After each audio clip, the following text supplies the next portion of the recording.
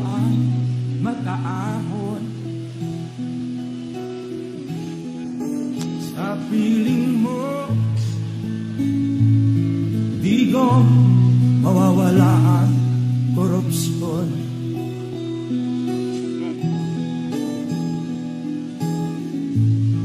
Tayo na Pilipinas, tayo na magbago. Hawak kamay tayo para sa... Ladies and gentlemen, the President of the Republic of the Philippines, President Rodrigo Roa Duterte. Tayong lahat dito, Duterte, para sa tunay na pagbabago.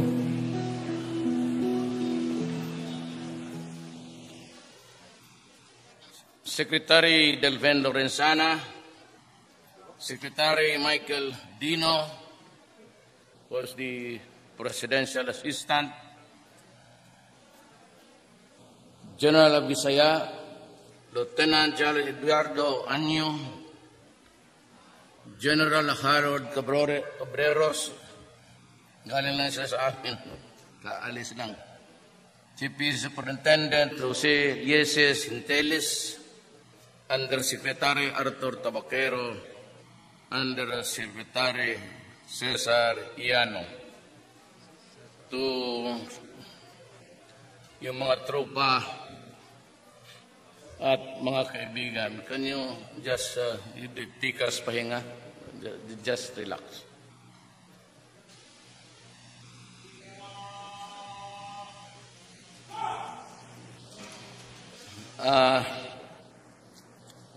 I was at your hospital the other night, and I saw several things that government could contribute more to the health and the recuperation of the soldiers.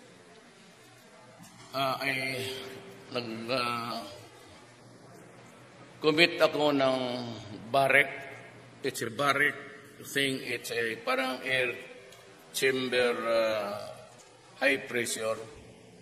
Yung ginagamit ng mga divers na pagka nagkaroon sila ng bends, yung si high pressure, it is good. I hope you would not have to use it yourself. It is good for itong matagal sa field na hindi ma-extract agad and magkaroon ng signs of infection, severe, gangrene. Pag umabot ka lang doon and they start the machine on you, you have a better survival of retaining every part of your body. Walang long extremities. Then you'll have the MRI, the new one.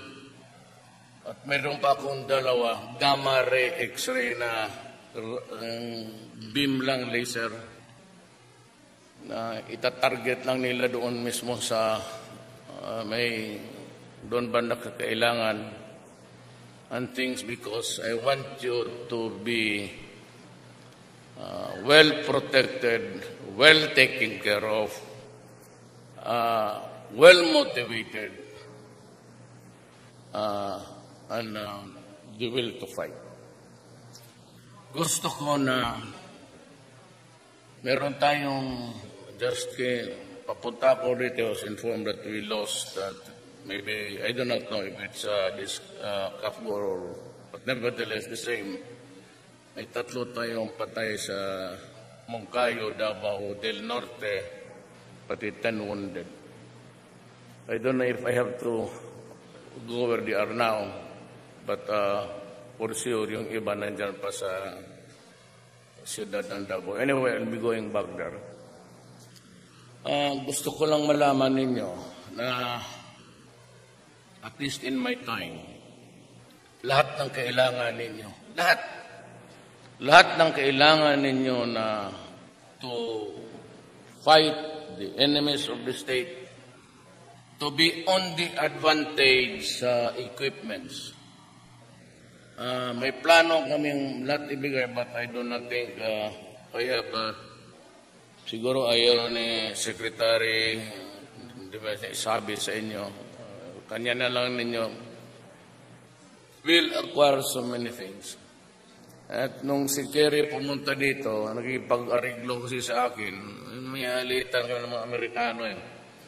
He left me with the 32 million. Sabi niya, I have the 32 million. Nandyan si Delvin. Sabi niya, can use it. So, $32 million, atiin ko yan sa inyo sa police. But we are doing well with the equipment somewhere in Hulo. Ayaw kong mag-ano dito kasi baka not for public use. Meron tayong mga equipments that okay sa gamitin natin doon. Tingin ko yung inyong share, ibili natin ng mga lahat yan para magamit ninyo. And the other things. But let me just say this. I have the clouds are going down. Low na ang ceiling. I have to take off soon. Ano ba yung sabihin ko sa'yo na just in case talagang we'll have terrorism, but that's about prepare for that 2 to 3 years from now. Yung ISIS, pati yung style of, because we have to deal with the Abu Sayyaf one of these days. When we are prepared here, when I think that I have already in my hands the things that they would need to fight a war correctly and accurately, we will have to go there and fight. But before that, kailangan ko yung mga bagay-bagay na to give you an edge. I will not order you to fight na disadvantage. When I feel that in that area, and even the terrain would make it hard for us to win the battle, not the war. We'll always win the war. Gobyerno tayo eh. But if I feel that it would result in a considerable loss, I would just bide my time. Only when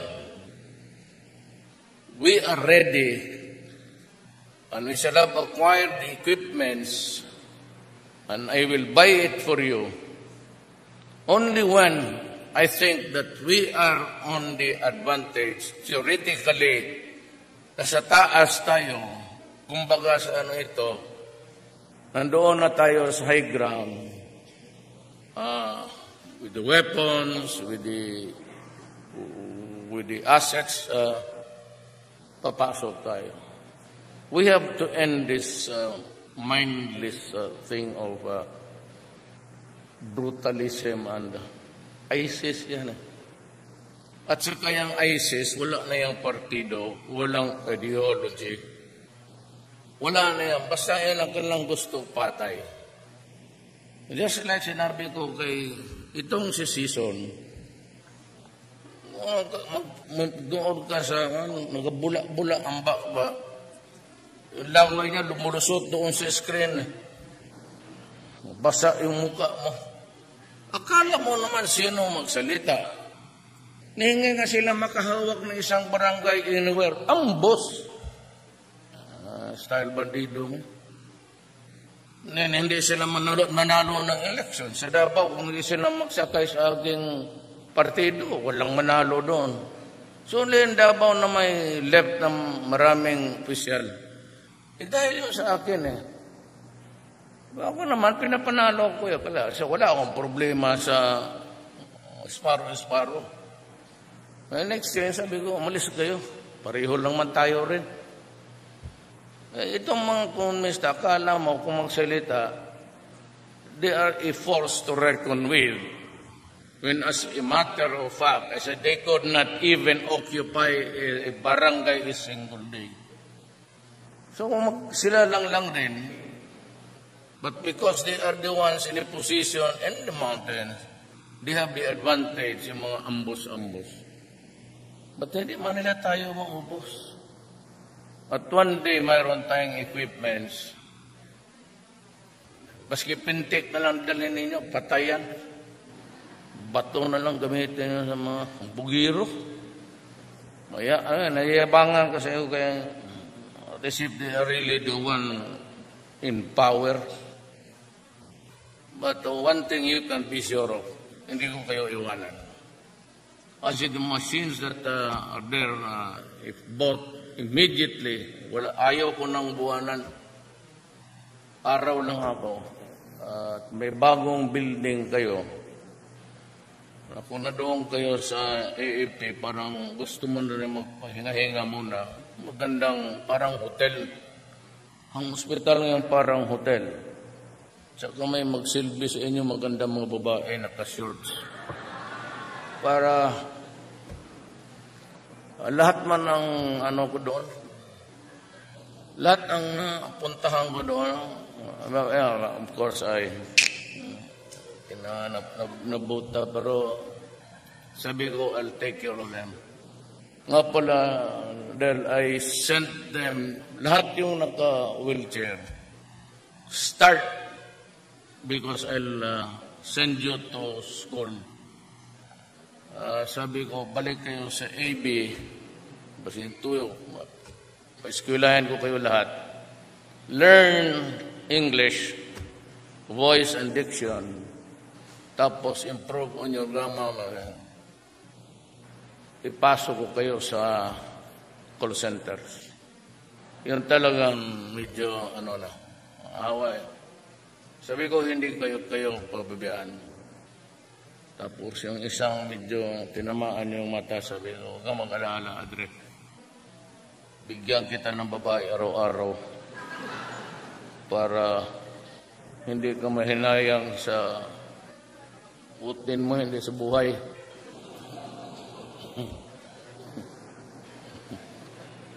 Kung wala ka na rin gawin, hindi, pukpok ko lang pukpok. Kalimutan. But I said, I will not abandon you. You can be sure that you will love. And I'm working on yung edukasyon ng pamilya ninyo, libre na. Nearest school to your residence. Para ang bata hindi na mag-travel.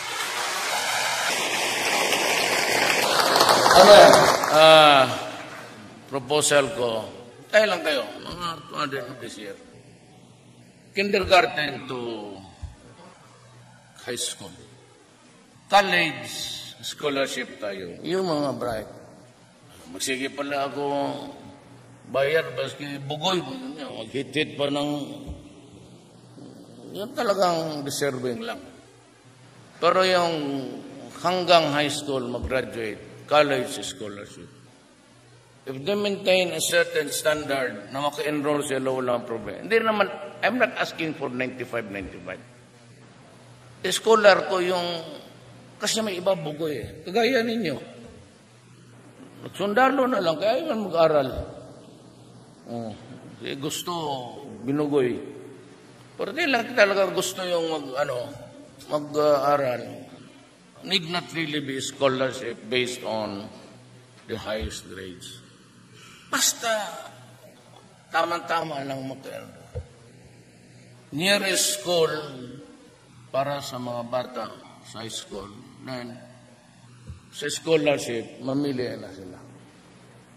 And, well, of course, yung other benefits na kung sakali malasin tayo. In this life, hindi natin mahingi ngayon ano ang swerte natin. Just develop the keen of survival. Huwag kayo magpauna. At kung matamaan yung hindi pala enemy, sabihin lang,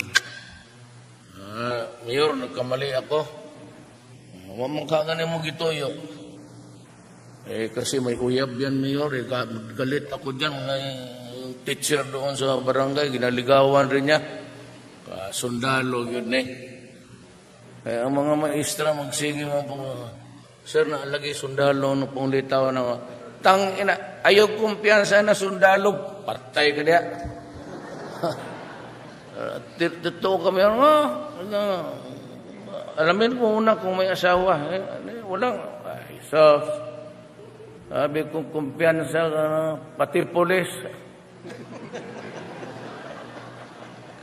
Pulis. Galing man si Teles doon, no? Pulis. Kada lubong ni mo pulis, duhay asawa. Duha ginakapili yung sa 5, duha ng iniglubong. Sa man, kay kada patrol, trabaho, magparking anang bar. Kaya galito kay anang bar, ang kinakupahan diha sa pulis na. Kung may sugar daddy nga tiguang na, yung pulis na gago, hati pa sila sa pera. Chick boy nga pulis. Army, wala masyado.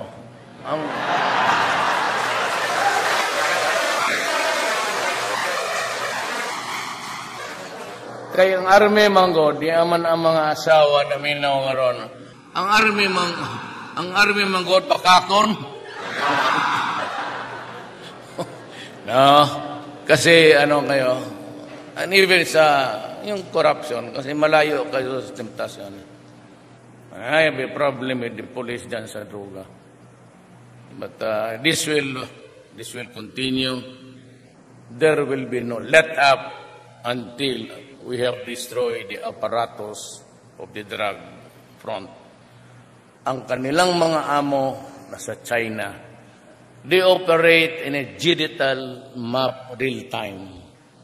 Hulog mo dyan sa Pandakan, kunin mo ang pera doon sa Tondo. Kaya sabi na, saan yung big fish? Saan yung boss na bilyonaryo?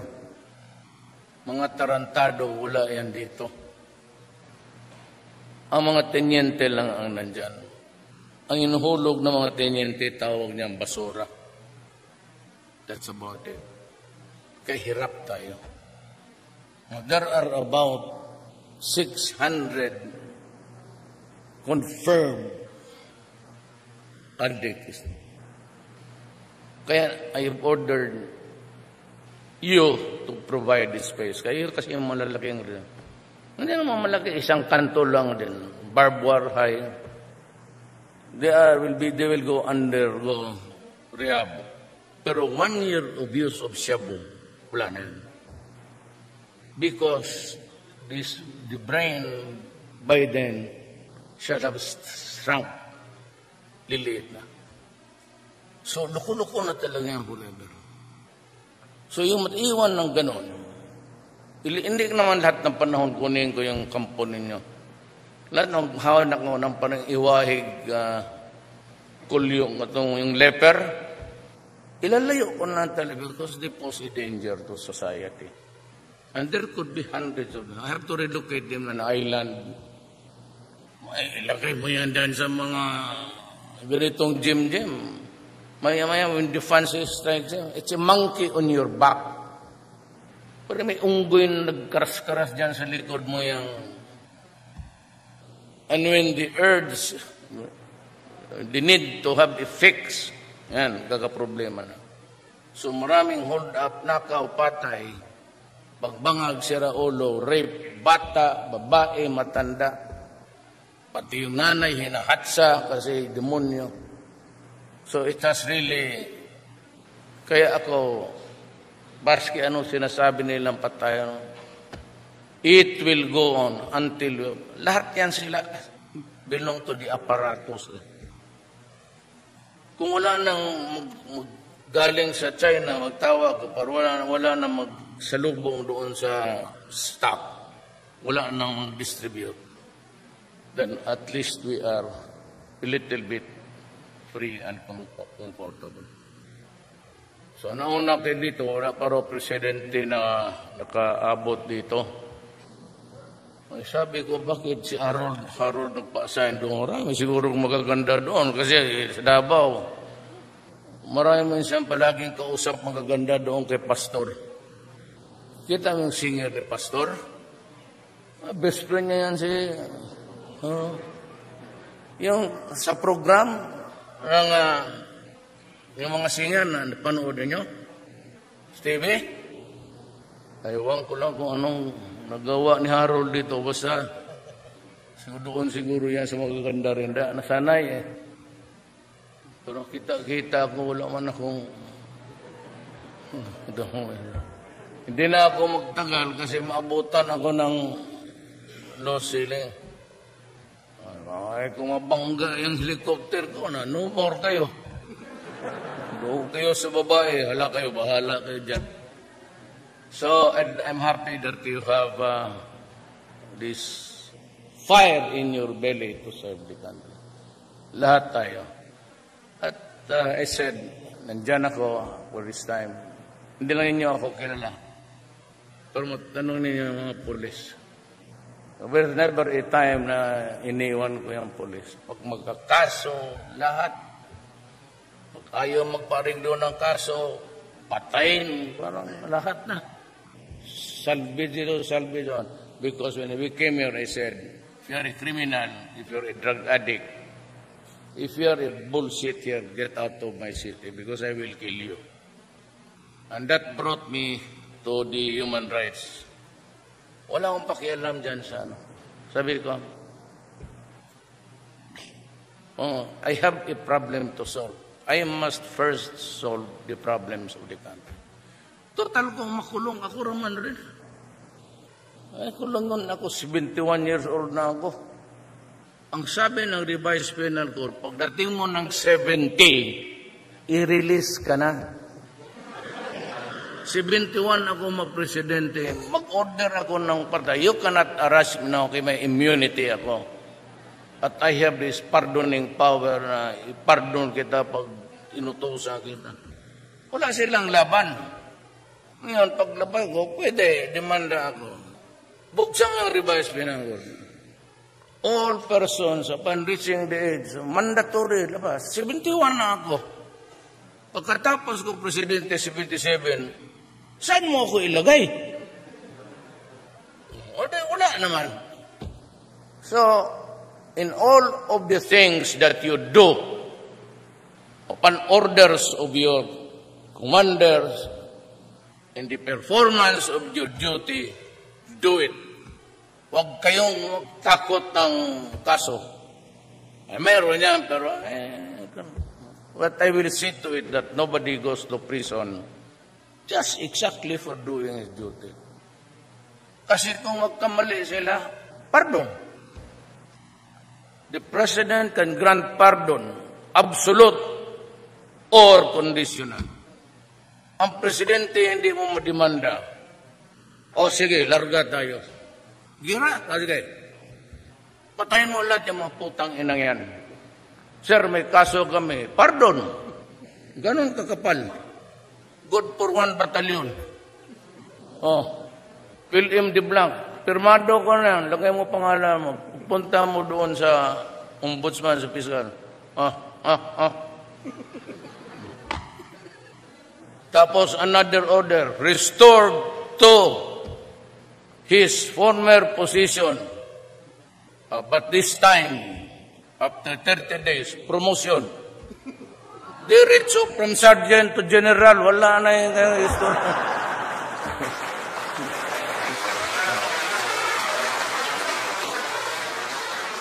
Ano, kalokohan, but that is just to emphasize to you na biro na ganon ka ako magtindi mag-depensa ng tao ko. Mag-utosan mo tapos iwanan mo. Karamihan sa Davao ng mga army na magtakbo-takbo pa na demanda.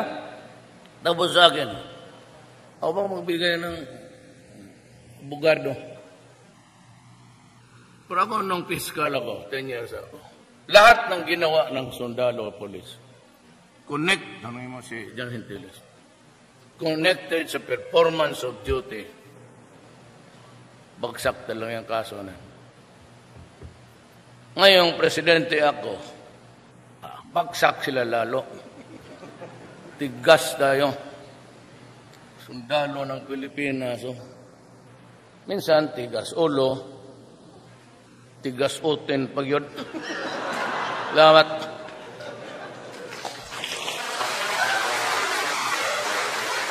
Thank you very much, sir, for your message. At this point, the troops of the 3rd Infantry Division will have a photo opportunity with the President.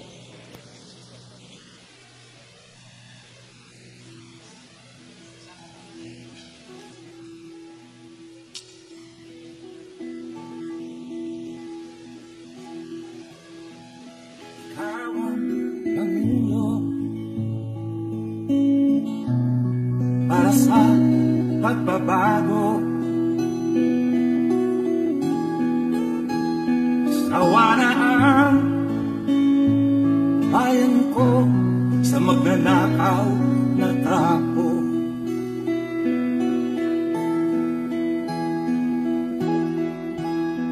Madilim na kahapon, ikaw ang mataahon. Sa piling mo, di ko mawawala ang korupsyon.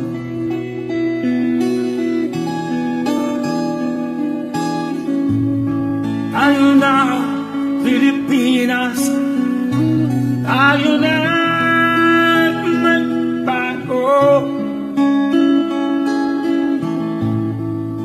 Hawak kamay tayo para sa pagkasenso. Ikaw at ako, tayong lahat kay Rodrigo Duterte, para sa tunay na pagbabago.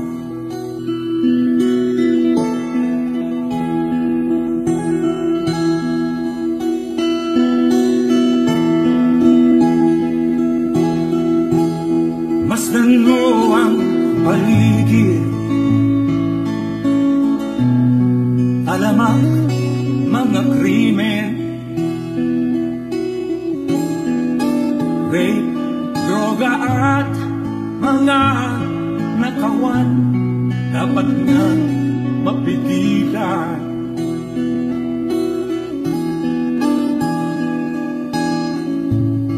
Tayo na, Pilipinas, tayo na magbago. Hawak kamay tayo para sa pagkasenso. Ikaw at ako, tayong lahat kay Rodrigo Duterte, para sa tunay na pagbabago. Why am I here? I am here because I love my country and I love the people of the Philippines. Ikaw at ako,